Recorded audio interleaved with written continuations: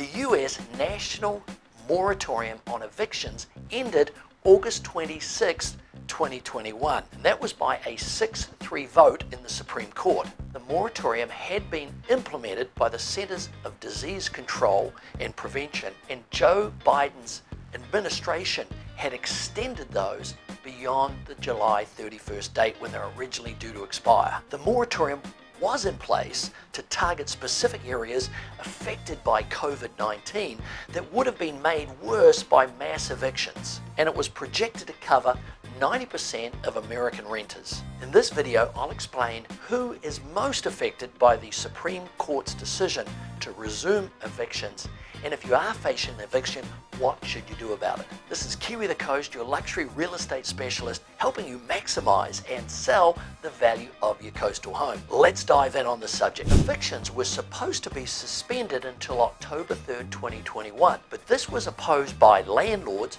trade associations, and real estate companies. In issuing its ruling, the conservative majority on the Supreme Court argued that the federal government did not have the authority to extend the ban, and the CDC had exceeded its authority in this matter. At least 11 million renters had fallen behind in their rent, and approximately 3.6 million renters face evictions in the coming months. So who's affected by the decision to continue with these evictions? Millions of renters who have fallen behind on their rent payments could face evictions in the coming months. A study in the spring by the US Department of Housing and Urban Development found that 14% of the 44 million renters were behind on their rent payments, and nearly 10% had zero confidence that they were going to be able to make next month's rent. About 1/3 of the US population are renters, and many of those were protected by the CARES Act that was enacted by Congress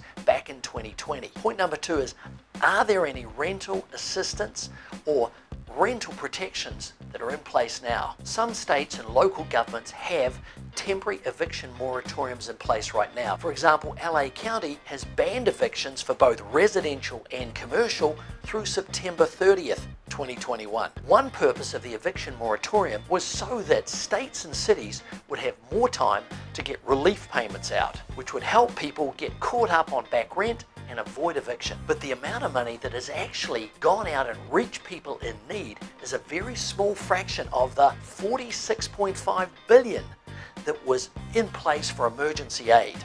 One study shows that several states haven't even managed to get 5% out to those renters in need. According to the Washington Post, a combination of difficult applications, technical glitches, and lack of information has made it difficult for people to apply for the ERA assistance. That has meant money has not been dispersed. Next point is, are there other financial resources for people facing financial hardship at this time? If you're in need of immediate shelter or emergency housing, HUD maintains a state-by-state list of organizations that can help.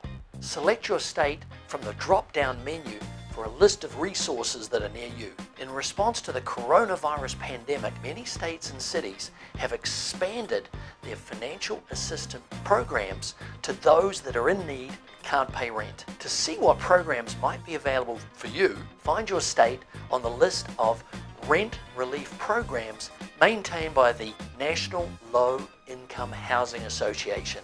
Nonprofit 211.org connects those that are in need of help with essential community services and has a specific portal for pandemic assistance. If you're having trouble with your food budget or paying bills, you can use 211.org's online tools or dial 211 to talk to somebody that can help. JustShelter.org is a non-profit that helps put tenants facing evictions in touch with local organizations that can help them stay in their homes, or in worst case scenarios, find emergency housing. The online legal services chatbot at donotpay.com has a coronavirus relief tool that it says will identify which laws, ordinances, and measures covering rent and evictions apply to you based on where your location is. If you're delinquent on payments, or you believe you're soon going to be delinquent on payments or behind in rent, best to contact a lawyer so you can know which of the rules and regulations apply to you. Legal Aid provides attorneys free of charge to qualified clients who need advice on civil matters such as evictions. Next point is, can renters ask for a reduction or an extension from their landlords? In almost all instances, it's always best to try and work out an arrangement for rent reduction or extension directly with your rental agency or landlord. Although some landlords have reacted to the pandemic by putting more pressure on tenants to pay up, other landlords have negotiated rent and even gone as far as to stop collecting payments, rent payments, for a period of time. Now, it may be worth approaching a landlord to see if you can pay less rent or if you can spread some of those rental payments out over the next year. But be wary of those landlords who are making excessive demands. And don't agree to unreasonable conditions or terms that you're just not going to be able to meet, especially if your city or state has enacted protections against such arrangements. Hey, I hope you found all that information valuable. Don't forget to subscribe so you can stay up to date with the latest in eviction laws, everything affecting you and the real estate market. See you on the next video. Vorum.